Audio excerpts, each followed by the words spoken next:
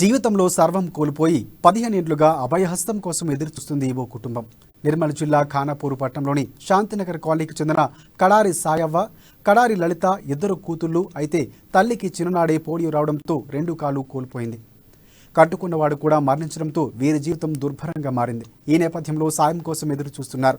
6 సంవత్సరాలుగా water tank వద్ద ఎండలో ఎండుతూ వర్షంతో తడుస్తూ కాలం గడుపుతున్నారు.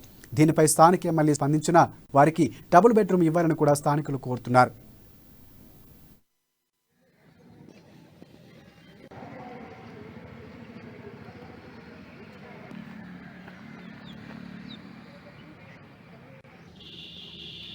డబుల్ బెడ్రూమ్ కాడికి కూడా ఆడ గుడిసి వేసుకుంటూ వాళ్ళు పోతే కూడా అక్కడ కూడా ఎరగొట్టేసారు. మాకు ఎక్కడ ఎవరు లేరు ఏం లేరు. ఇక్కడ అంటుకుంటున్నాం, ఇక్కడ తింటున్నాం, ఇలా అంటున్నాం. మాకు డబుల్ బెడ్రూమ్ ఎక్కడికి వెళ్ళి మాకు రావాలని నేను అడుగుతున్నా. మాకు ఎవరు లేరు. నా పేరు లలిత, మాది ఇదే ఊరు. మేము బాగా రోజులు 30 సంవత్సరాలు ఇక్కడనే ఉంటున్నాం. మాకు ఇల్లు లేదు, జాగలేదు, ఏం లేదు. మమ్మల్ని నోళ్ళు కూడా పట్టించుకుంటలేరు. మాకు ఎవరు లేరు. నేను రేఖ అక్కడికి కూడా కొన్ని రోజులు ఈడ టాక్ కింద ఉన్నాం కొన్ని రోజులు.